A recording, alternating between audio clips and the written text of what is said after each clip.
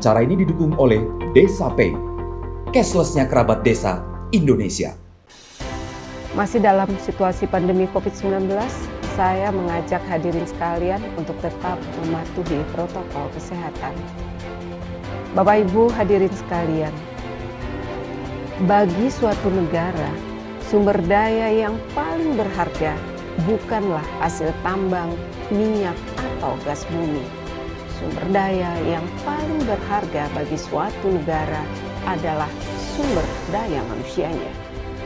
Tidak ada negara maju tanpa sumber daya manusia yang berkualitas. Maka investasi terbesar bagi kita berada di tangan 31,6% atau 84,4 juta anak-anak Indonesia.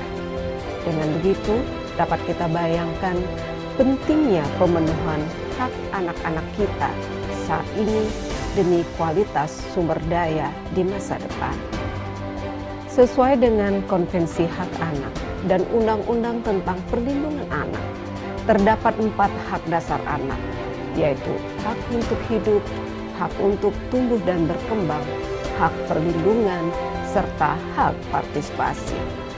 Lebih lanjut, sesuai dengan mandat Konvensi Hak Anak dan tujuan pembangunan berkelanjutan, setiap anak berhak untuk mendapatkan standar kesehatan dan perawatan medis terbaik, air bersih, makanan bergizi, dan lingkungan tinggal yang bersih dan aman. Dengan begitu, kesehatan fisik anak dan jaminan tumbuh kembang anak yang berkualitas serta terbebas dari stunting adalah hak dasar anak yang juga merupakan hak asasi manusia. Bapak Wakil Presiden dan hadirin yang saya hormati, seperti yang telah kita ketahui bersama, stunting masih menjadi isu nasional yang mengancam pemenuhan hak dasar bagi anak-anak.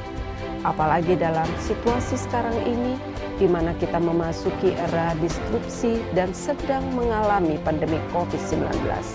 Maka upaya pemenuhan hak anak sekaligus bagian utama dari percepatan penurunan stunting merupakan tantangan yang tidak mudah. Namun, jika kita bergerak bersama dan memperkuat sinergi dari tingkat pusat, daerah, hingga tingkat akar rumput, saya yakin penyelesaian masalah stunting ini bukanlah hal yang mustahil. Berbicara mengenai stunting, tentunya tidak terlepas dari isu pengasuhan.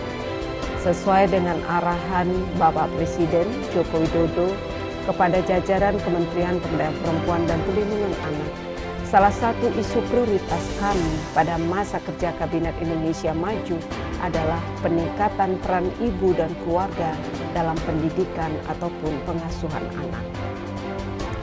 Meskipun demikian, arahan ini tidak dapat diartikan sebagai peran pengasuhan hanya ada pada perempuan atau ibu saja, karena melindungi anak adalah tugas yang setara dan sejajar antara ayah dan ibu. Dengan begitu, hal ini juga merupakan tugas bagi ayah. Cara pandang yang setara dan saling mendukung antara ayah dan ibu dalam pengasuhan merupakan kunci dari pemenuhan gizi bagi anak pada 1000 hari pertama kehidupannya untuk mencegah stunting. Bagi para ibu dan calon ibu, pemerintah harus mendorong aksesibilitas dan sarana yang terjangkau, baik secara jarak maupun finansial. Mereka harus memiliki akses terhadap pengetahuan dan informasi mengenai pemenuhan gizi anak yang seimbang, serta berkomitmen untuk memberikan ASI eksklusif pada anak. Intervensi yang tepat tentunya juga harus dijalankan agar proses ini tidak terhambat bagi para ibu yang juga merupakan perempuan pekerja. Bagi para ayah, kita harus dapat bersama-sama menyuarakan pentingnya kesetaraan gender dalam pengasuhan. Ayah sebagai kepala keluarga harus dapat membangun empati, berpartisipasi aktif dalam mengambil keputusan, mempunyai sikap positif dan juga mempunyai pengetahuan luas tentang pengasuhan anak termasuk menyusui merupakan tugas utama bagi ayah untuk menjamin pemenuhan kebutuhan-kebutuhan ibu khususnya selama menyusui, seperti memastikan ibu mengkonsumsi makanan sehat, tidak dehidrasi, serta istirahat yang cukup. Dengan adanya dukungan sosial yang berada di sekitar ibu akan sangat berpengaruh besar terhadap keberhasilan kehamilan dan proses menyusui yang akan berdampak langsung pada kondisi kesehatan dan pemenuhan gizi bayi.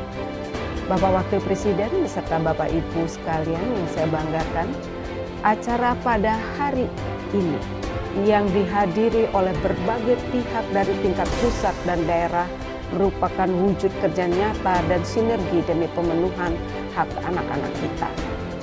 Semoga semangat yang kita bangun hari ini tidak akan berlalu begitu saja setelah acara ini selesai, tetapi dapat terus ditingkatkan.